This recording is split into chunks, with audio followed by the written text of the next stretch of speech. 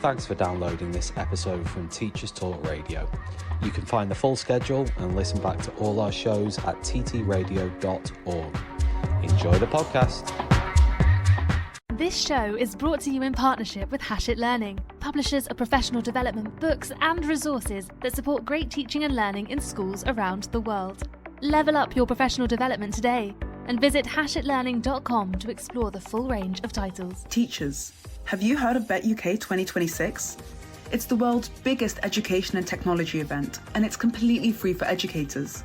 From keynote speakers and panel sessions to CPD accredited workshops and networking, BETT UK 2026 is where educators from across the globe come together to share ideas, spark inspiration, and find solutions that fuel our mission to drive better education globally. Get your free ticket today at bettshow.com. Hello, everybody, and welcome to Teachers Talk Radio on this Monday evening. I hope you're well. I hope if you've been teaching today, it's gone okay. And I hope that you're looking forward to tucking into a conversation about what's coming up with BETT Show 2026 with us this evening, which should be really, really exciting. I'm going to be joined by Kate and Duncan from BETT Show in just 30 seconds' time. Before we do that, it's probably a good place for me to mention our partners on the show tonight that are the BETT Show and also Hachette Learning, who I'll talk a little bit about later on in the show, about what they can offer. And yeah, special thanks to them for supporting this show. So Duncan and Kate, thanks very much for joining me. The topic for tonight is BETT 2026. Now, I was at BETT 2025. Really looking forward to 2026 again. Teachers Talk Radio will be there again. So I'm going to caveat this with my own intro of my experience of BETT. I've been attending BETT now for about 8 years. And every year that I've been, it's been absolutely amazing.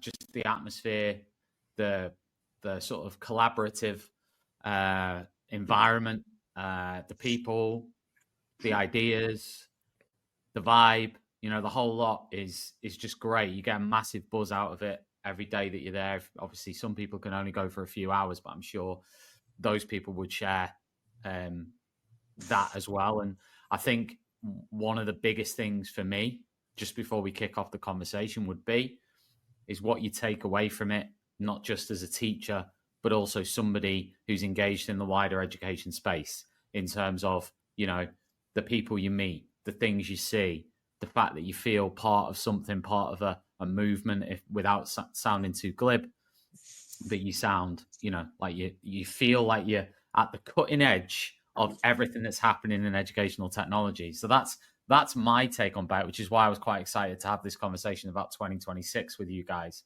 So Duncan and Kate will kick off with a big question for those out there watching this who don't have a clue what we're talking about.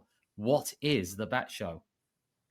I'll start on that one, and thank you, Tom, for allowing us onto Teachers Talk Radio. We really value the partnership, and any time that we spend interacting with teachers is time that's really valuable for us. Just in terms of the collaboration and the excitement and the energy that comes into BETT that you mentioned, we do not take it for granted ever that it's difficult for teachers to get out of the classroom now. They have so much to be getting on with. The pressures are greater, not least a curriculum review and a new Ofsted framework to get their heads around. And that really forces us to innovate and to try and deliver more for every show. What is BETT? Well, this will be BETT's 41st year, so it really started when technology was very, very basic. I think it started way back in the Barbican Centre in London. It started as the industry body's response. So BETT actually stands for British Education, Technology and Training. And it was their response to all the technology that was coming into schools and to help teachers and school leaders get their heads around it. What does it mean? What are the opportunities with the technology? And that sort of thesis has remained for us. So technology is moving ever more quickly. But as you mentioned, the collaborative sort of energy that's in the room, it's a real sort of crucible of ideas and innovation. And with over 35,000 people that attend, about half are school leaders, half practicing teachers, a lot of people from government as well. We're finding that the challenges all over the world aren't that different, and the solutions from the global providers and the sort of domestic software vendors can really help in the classroom. Technology isn't the be-all, end-all for sure, and teachers know that better than anyone. We're not trying to replace teachers with all of the tech that we put into the room, but what we are trying to do is help with that personalization of learning, the acceleration of outcomes. We're trying to help teachers save time and schools save money as well through some of the tech. So yeah, it's a really exciting 3 days, 21st to the 23rd of January. So it's always the Wednesday to the Friday. Very fortunate it gets opened by the Secretary of State for Education. So Bridget Phillipson has committed again, and it kicks off 3 days of, as you say, discovery and collaboration. There are, I think, 11 content theatres. There will be almost 500 speakers, and there are opportunities for teachers to sit around a table and share ideas in our table talks. Over 4,000 or 5,000 hours of tech training that will happen that's for free. And in fact, everything is free. If you work in a school as a governor, as a leader, as a teacher, everything is free. So you have to register, but you don't have to pay for a ticket. That's amazing. And also the other thing that I've always noticed is how many international educators are there as well. You know, you have people from all over the world, especially Europe, coming over for the show. I don't know what the numbers were in 25, but it felt like a lot of the people. I mean, particularly in the hardware sort of area, there seem to be a lot of people from Europe. Yeah, it'll be of the 35,000. I think last year it was 38%. So we're sort of talking 12 to 13,000 people, 129 different countries.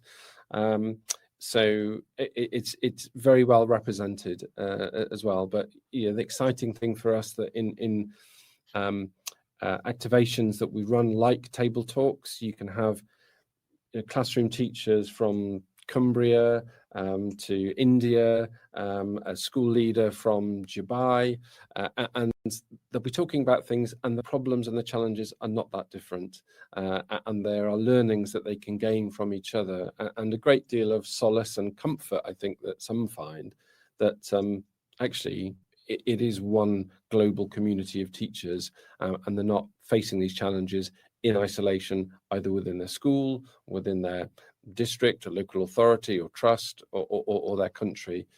Everyone's grappling with these challenges, and that speed of transfer of knowledge that you get in real life at an event, I think is really invigorating, and a lot of people come off site feeling that they're ready to take on some of those challenges, both small and big. Now, again, feel free, either of you, to come on this. But you mentioned to me previously about a new theatre for 2026. So tell us a bit about that. Tell us what's going on with this. Yeah, I can answer, but let Kate will jump in as well. So operational transformation feels like the unsexiest thing in the world, but we're really trying to make that whole slightly uncelebrated back office of schools, how to buy everything better, because we don't just have tech. We have classroom resources, we have an incredible amount of furniture, playground, other equipment at BETT as well. The procurement of that, how to become sort of operationally excellent, the systems and processes within schools to make them more efficient, help save everyone time. We're going to be sort of focusing on that and trying to introduce some thought leadership and learning, as we do with all of our content theatres, and a really exciting array of companies who are producing sort of solutions in that area. Kate, do you want to add anything to that? Yeah, I was just going to add to that. Within that, we will have content sessions. So we'll have some content sessions on strengthening government in school operations, stuff on IT systems, sessions on AI. So there's lots and lots going on within that area. in terms of content that we'll have. When you say the area, is that going to have like a new title, or is it just going to be a new area within another area? Yeah, it's on the floor plan. So within sort of close to sort of teaching and learning and management solutions, which are two big areas, it sort of neatly sits between those. Yeah, it'll have the say big and a slightly wordy title of the operational transformational area on, so everyone will see it on the floor plan.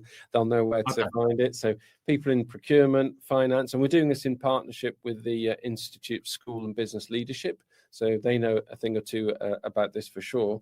So they're helping bring some of the key speakers and the content providers and making sure we're putting on a program that are really grappling with today's challenges.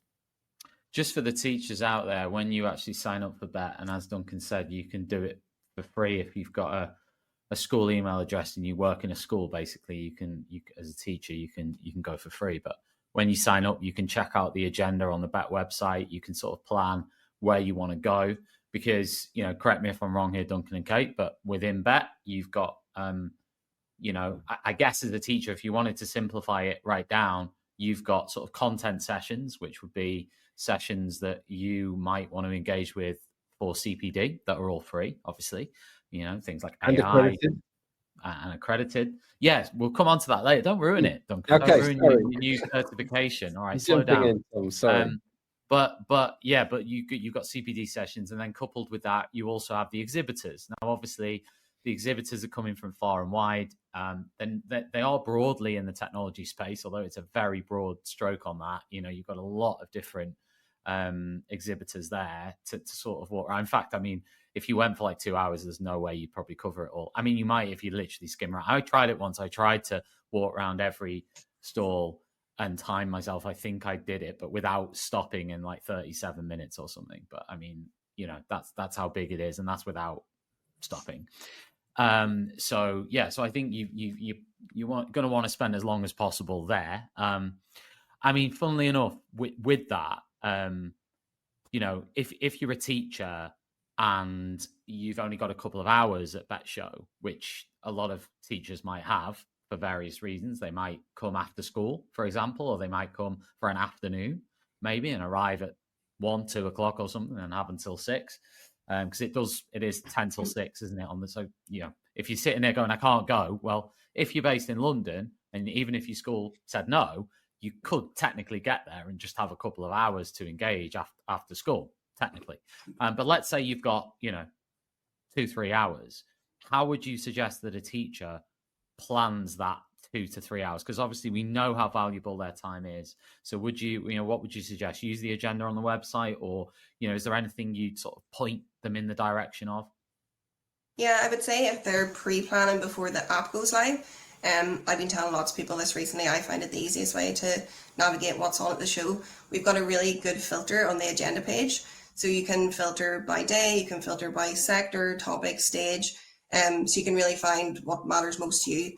And then once the app goes live, you can schedule that in. So you can go onto the app and see hour by hour, minute by minute where you've scheduled in talks. So I find that would be the easiest way if you're short on time. If you're not short on time, I would still recommend doing that, just because, as you said, there's so many stages, so many places to be. Even you have to walk from one side to the other. It's just good to know how much time you need to get there. So that's how I would navigate the agenda. Yeah, and I would add, start with the challenges or the issues that you want solved. We're there at the beginning of January. I know it's or the third week of January. It's not the beginning of the school year, but if you think of the year ahead, think about, okay, I could really do with some help on this, and that might be some a content session, some learning, some interaction with other teachers who might give a different perspective, or I'm sure there's something out there that can help solve this with this particular subject or area of learning that I have, and you can probably then, through that challenge that you face, start honing into, okay, these are the things that I want to go and hear about. And the content is there to help your thinking. It's there to help sort of strategic thought, pose ideas, challenge existing mindsets, and also prepare for what might be coming in the future. And then all around the show floor. And you did well in 37 minutes, Tom, I have to say, because this year there maybe we're going to get close to about 700 exhibitors. So that's you'll be walking pretty quickly. But there's likely to be a plethora of companies that have solutions, and we try and order it, but they'll all have profiles that you can search in advance, and just go and discover. And as I think most people will say about any event in the Excel, it takes over a lot of Excel. Wear a comfortable pair of shoes, even if you're just there for a couple of hours. Sure.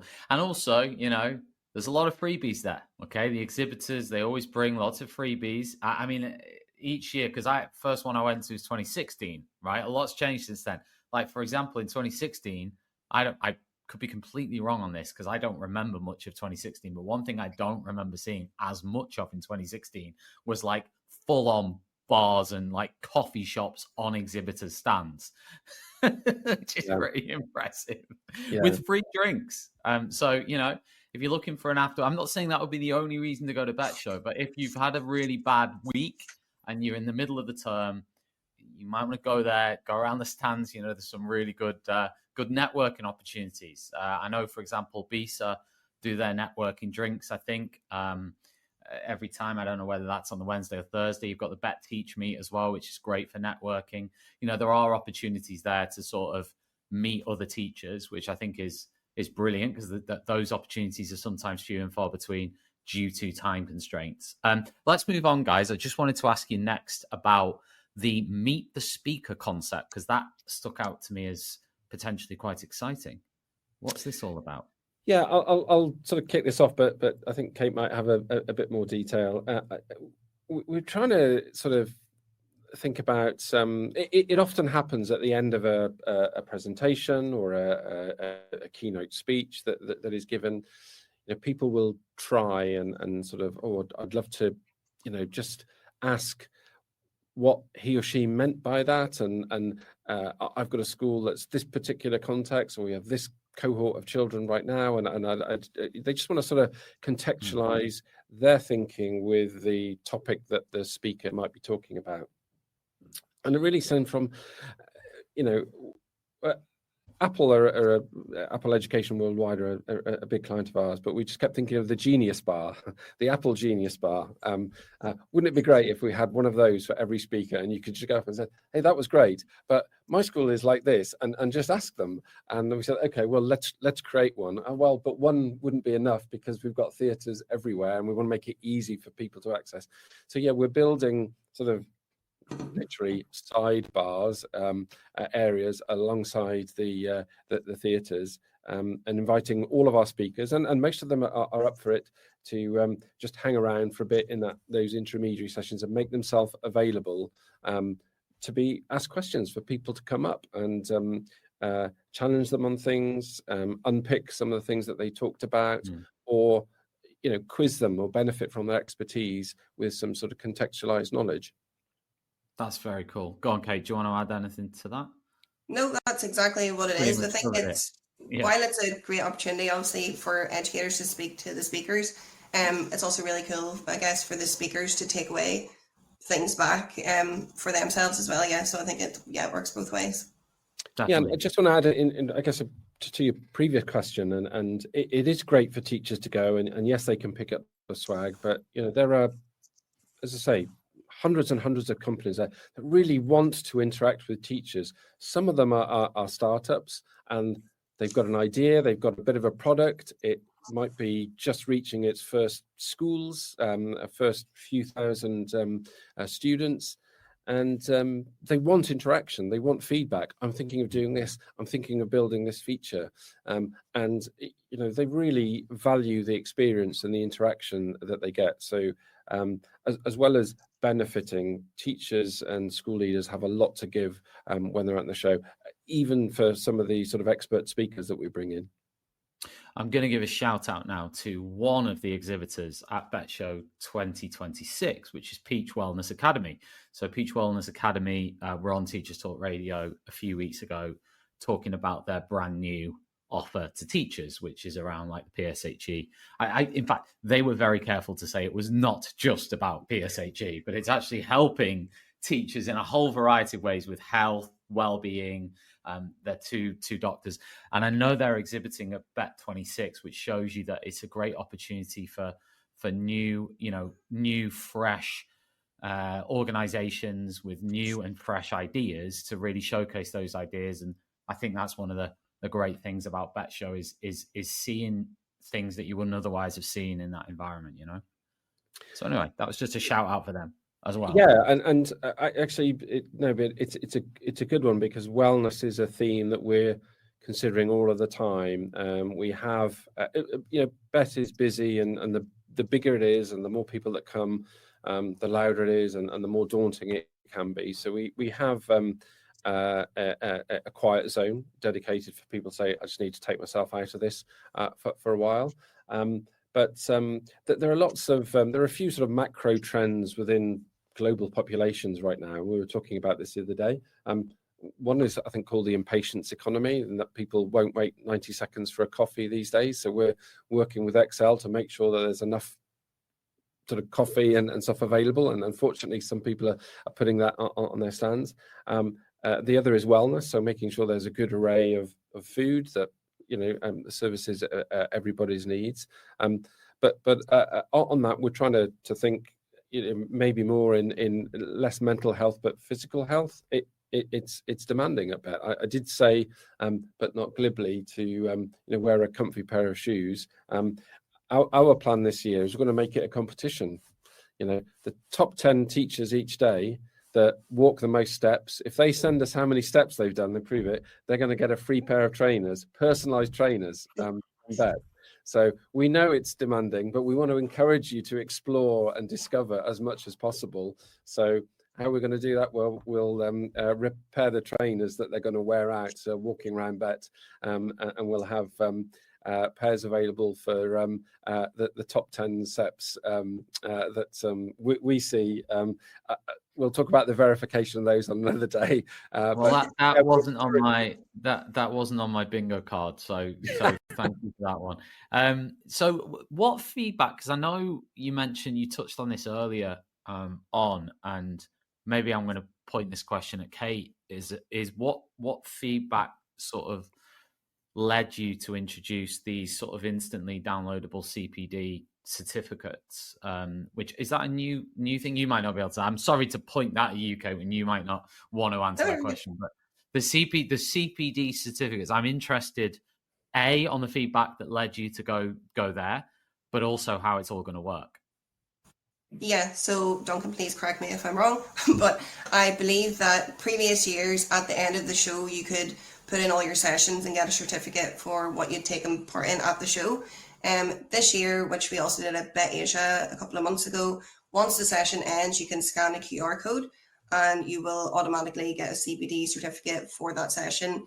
So it's much easier, less time consuming after the show. Obviously, it's the end of January. People don't really have time. They're going to the show and taking time out. So we want to make it as simple as possible for people to get their CPD accreditations. And we've actually switched accreditation groups. So we're now with the CPD group, and that's something that they can offer to us, which is, we think it'll just save everyone time, and it's a great addition to the show. Yeah, we curate a lot of the content beforehand, so we see it and we know it's CPD worthy. But it was just a sort of mechanic that meant it was sort of almost being CPD approved after the event. So people could only request for their CPD certificates after the event, after it had been delivered. Whereas now we're saying, well, okay, well, let's make it immediately available and immediately after the event. So when you've attended it, there should be a QR code. You snap it and you should be able to download an immediate certificate. And that worked well in Asia, which is a much smaller show. And teachers, is that feedback you've had from teachers, or is that just an idea that you guys have had to do?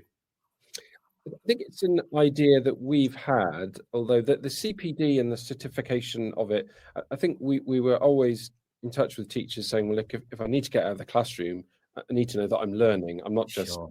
walking around looking at vendors. So Sure. our content has always been CPD accredited.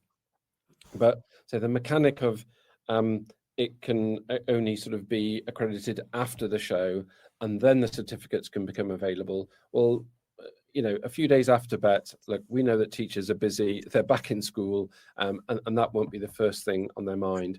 So let's enable them and find the mechanic, the process to be able to do it as soon as they've received the CPD benefit.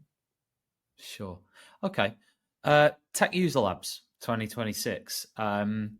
Any particular technologies or sort of challenge areas that you think they'll focus on in 2026, or is it going to be just a broad spread, or do you think there's any themes developing even from 25 into 26? I'm always interested in, what the trends are.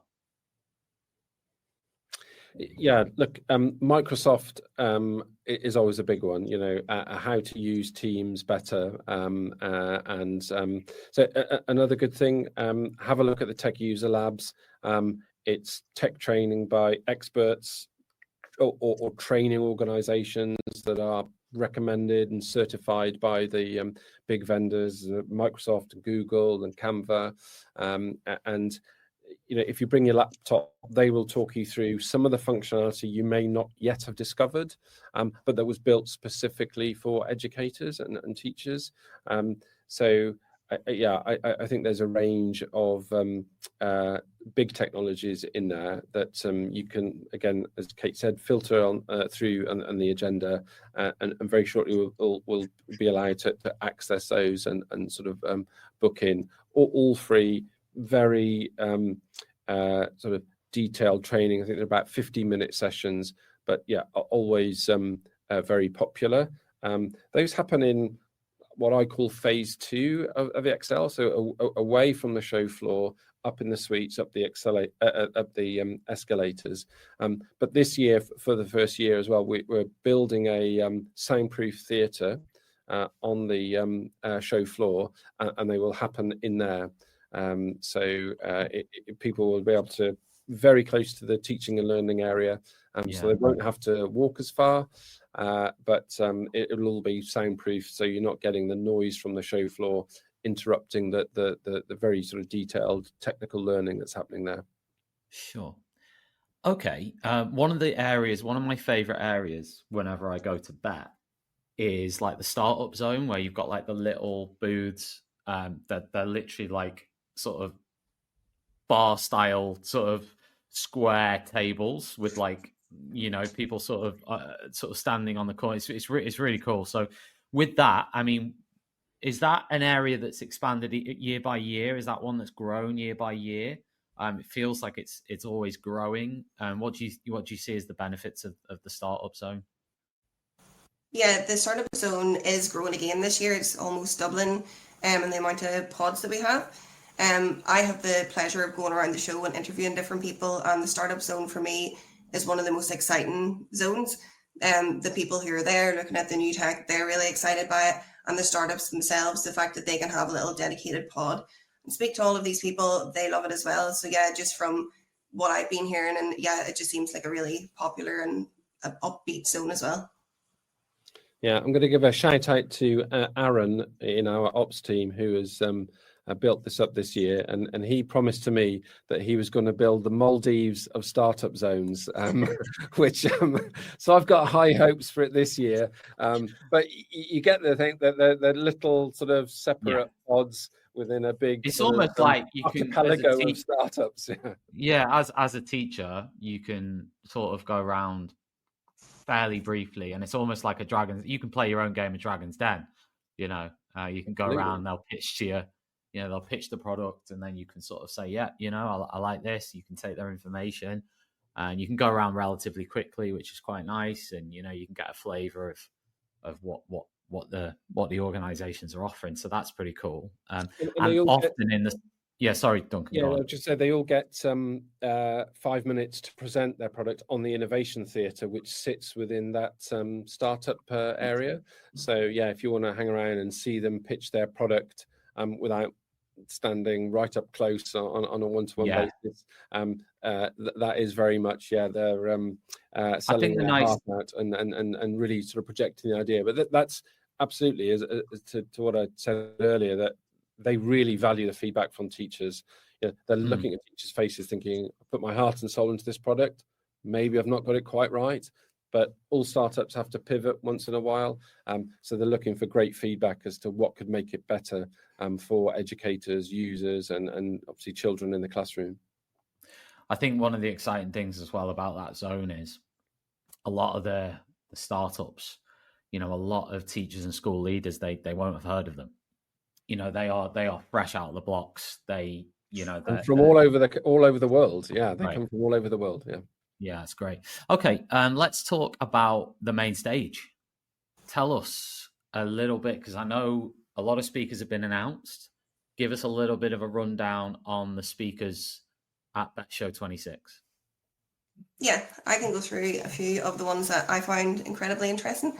So on the arena stage, the big keynote on day one is with Amal Rashin, who is a journalist, podcaster, and presenter of University Challenge. I'm sure you know who he is. And he's in conversation with mathematician and broadcaster Hannah Fry. And they're speaking about AI and the future of learning, which obviously is an ongoing hot topic. So I'm sure that will be packed out, but that's one that we're really excited about. Duncan, I don't know if you have any more on that one. Is exciting. No, we've sort of managed to find a way of getting a few more seats in. So there's 1,500 seats, and there's health and safety tell me room for another 200 standing at the back if you can. And it's about a 45-50-minute session. But yeah, Hannah Fry is doing some really popular science podcasts at the moment. I think she has a BBC Two program. She does a lot of stuff with Dara O'Brien. Very big in the whole STEM area, and they're going to be talking about AI. And I think Amal will ask some tough questions. I've heard him on the Today program on Radio 4. Oh, he's brilliant, but he's also did a really, I think post-COVID, did a really interesting sort of series for radio that might have been chopped up into a podcast as well, about sort of learning after COVID, and how would schools adapt and the changes. So yeah, he absolutely feels passionate about this space. Definitely. Let's remind viewers and listeners what we're talking about here, who might be just joining us, and we've had 150 tune in so far. Just to say welcome if you've just started watching this, and if you want to watch it back, or you're wondering what we're talking about BETT Show 2026. If you don't know what that is, it's the biggest, can we call it the biggest ed tech show in the world? Can we call it that? I think we can. There might be one that's bigger. The only one that might be bigger is BETT Brazil, actually, because that is bigger. Okay, yeah. So, all right, fine. Let's just say BETT is. All right, BETT is the biggest. Let's just put it that. So that's what we're talking about tonight, previewing the show. It'll be a great opportunity as well for me to shout out to our other sponsors on the show tonight, Hachette Learning. If you're a teacher out there watching this and you're looking to expand your professional development through books and resources, it doesn't matter where you're located because they will ship globally, then head over to the Hachette Learning website, pop whatever you want in your basket, get shopping for Christmas, get those CPD titles in. We're going to have a 27-second break, everybody, where you can sip on a drink. And then I've got some other intriguing questions coming up for Duncan and Kate about BETT Show 2026. Don't go anywhere. Outstanding, a world-class vision, world-class this. I'm a real leadership geek, honestly. I've spent my whole career reading books and chatting to people. I just find the whole thing and the announcement, the way it's been announced, bizarre. If you could move away from a model where teachers are so intensely focused.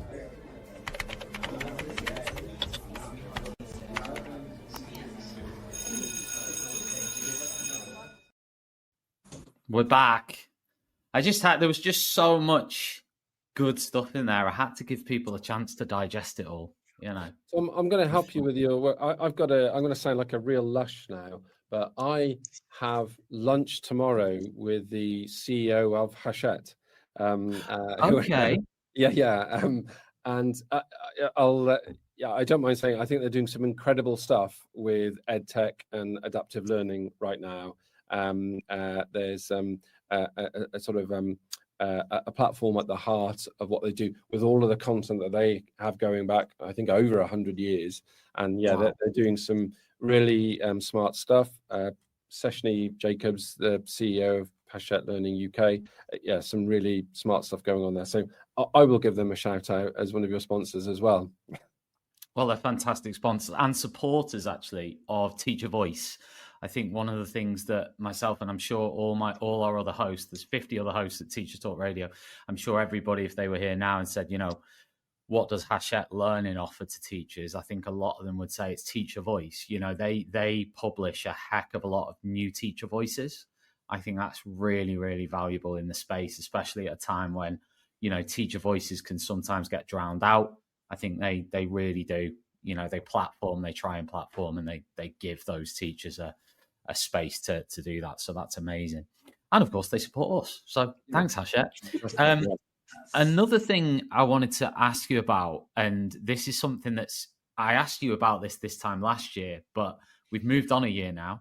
AI, it's everywhere, right? Now, we've had recent stories about the AI bubble bursting, right? We've seen that in the news, whatever. We've also seen on the flip side of that, more huge investments in AI. We've seen more and more huge investments in AI. I know at BETT Show you've got organizations like Canva, for example, who are there, and so many other huge players within the EdTech AI space. So I wondered, what's your take on that? Is it thriving as much as ever?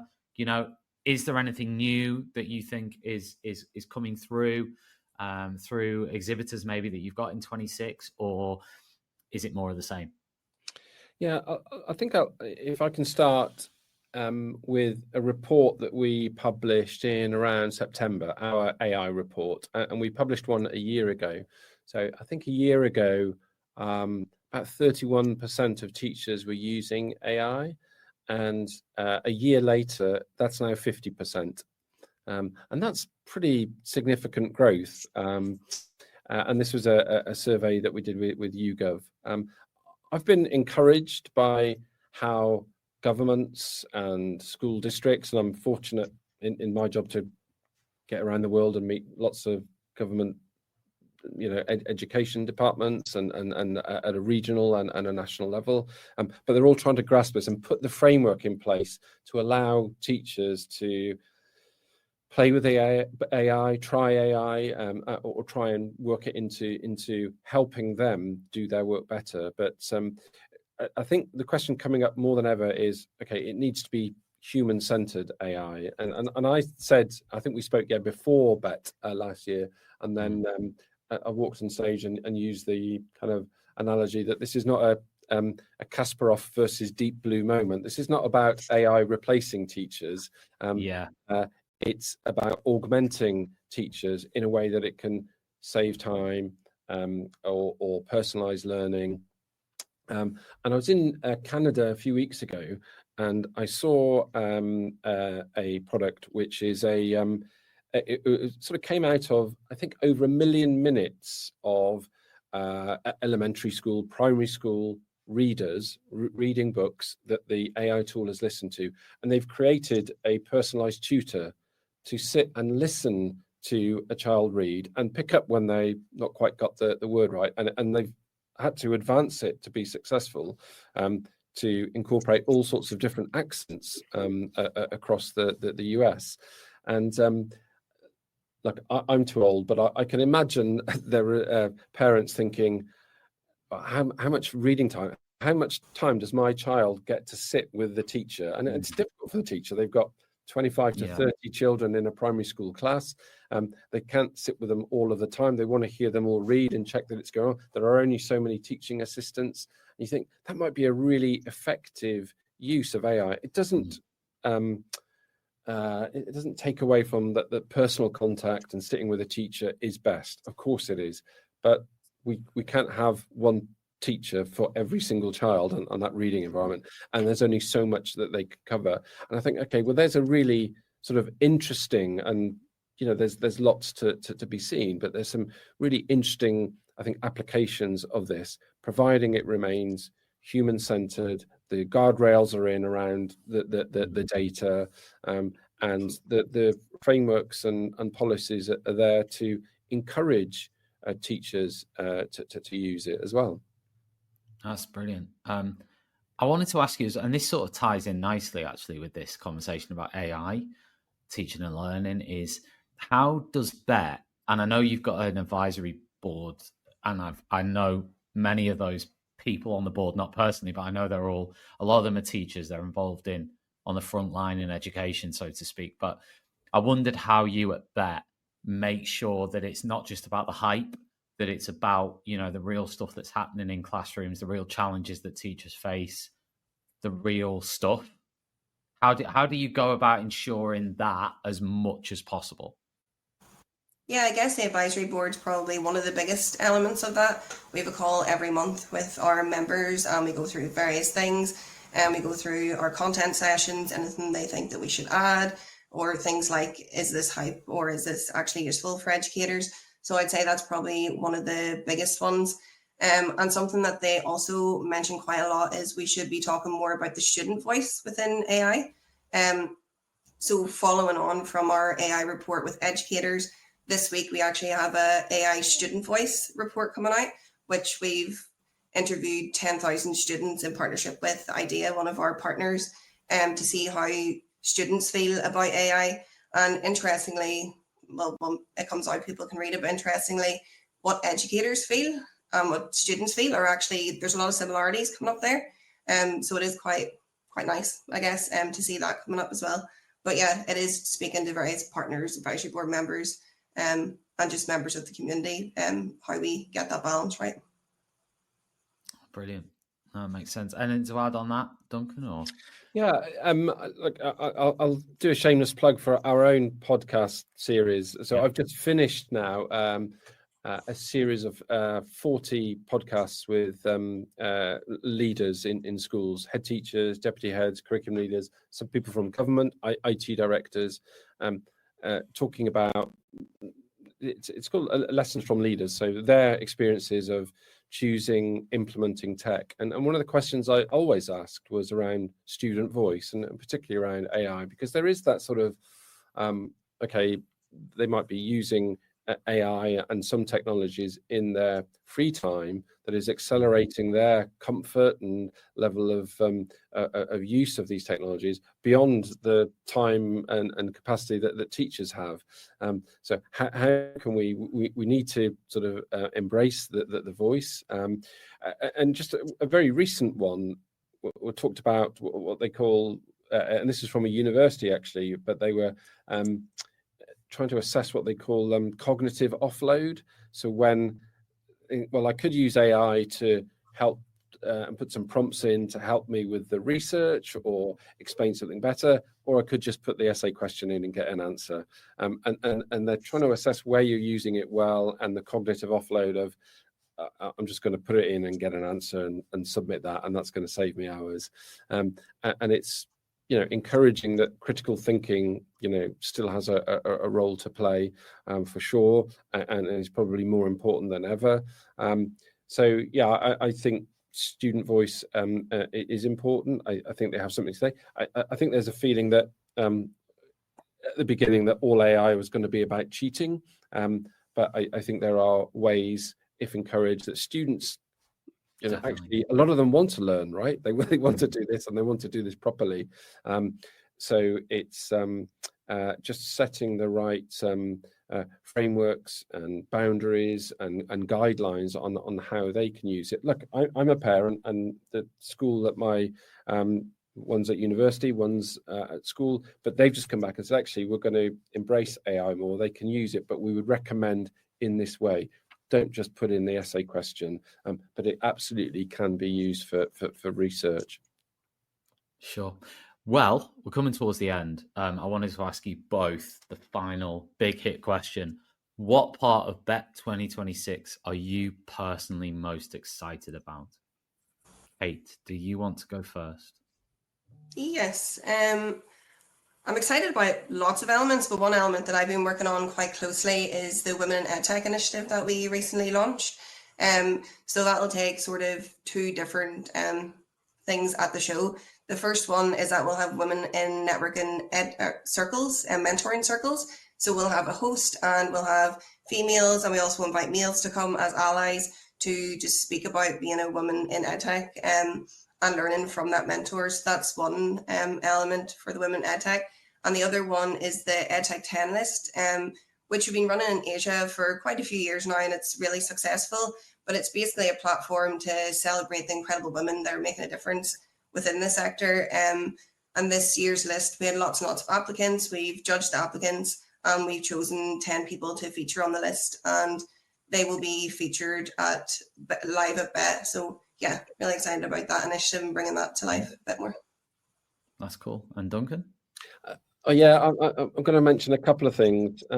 One thing we're launching, which is new, and this is actually happening the day before BETT. Look, we're aware that lots of people come from all over the world to London for the week of BETT, and that is Wednesday to Friday. We are getting together over 100 ministers from different countries, ministers, deputy ministers, and the most senior civil servants for a ministerial symposium. So it's not for teachers, not for this audience, unfortunately. But what I do want to say to your listeners is we're actually going to hold their feet to the fire. And this isn't going to be a talking shop. We have people from UNICEF, UNESCO, and the OECD that are going to run design sprints on particular challenges around AI, sustainable finance for schools, and actually come out with some practical outputs that we will then track to make sure they push ahead with those, so they don't just come and have nice cups of tea, nice sandwiches, have some nice chats and go away and nothing moves forward. So we're really keen that we start making more of an impact on the big challenges in education. So that will be one at one end of things. And the other thing that I'm always excited about is BETT's Big Assembly. So a big assembly for the children in the main arena. I think this year it's going to be run by the BBC, who are talking about media literacy, which is, you might say, is a little bit ironic at the moment, and fake news and all of that. So I think, seeing the impact that can have directly with the children. We're really about the teachers, but we know over 4,000 children come to BETT, and it's great to see their eyes light up and enjoy a session in a very big assembly in the main arena. No, it's great. I mean, I've attended that a few times. It's great. It's a lot of fun as well. So, no, super. Guys, thank you so much. I'm buzzing for this event. I think it's going to be amazing. It could be the best one yet. Really, really cool. So thank you so much for sharing a little bit of a sneak preview on some of the stuff that we've got to look forward to. Yeah, I can't wait to be there myself. It's going to be smashing. So have a great week, and check in with you again soon. I'm guessing you're into the really busy bit now. Busy BETT bit. It's a little bit. Quite busy. Yeah. Let's just say it's 6-7 o'clock, and there's still lots of people in the office. Yeah. Right. Everyone out there, if you want to get your ticket, head to uk.bettshow.com. Click register today. As I said at the start of the show, couldn't recommend it enough. It's completely free for any teacher or school leader who wants to come along. So get your ticket there. Come along. It's in London. It's at the Excel Centre, 21st to the 23rd of January, 2026. Thanks for watching and listening, everyone. We'll be back tomorrow with more shows on Teachers Talk Radio. Take care and good night. Bye, everyone. You've been listening to Teachers Talk Radio. Tune in live and listen back at ttradio.org. We look forward to hearing from you next time on Teachers Talk Radio.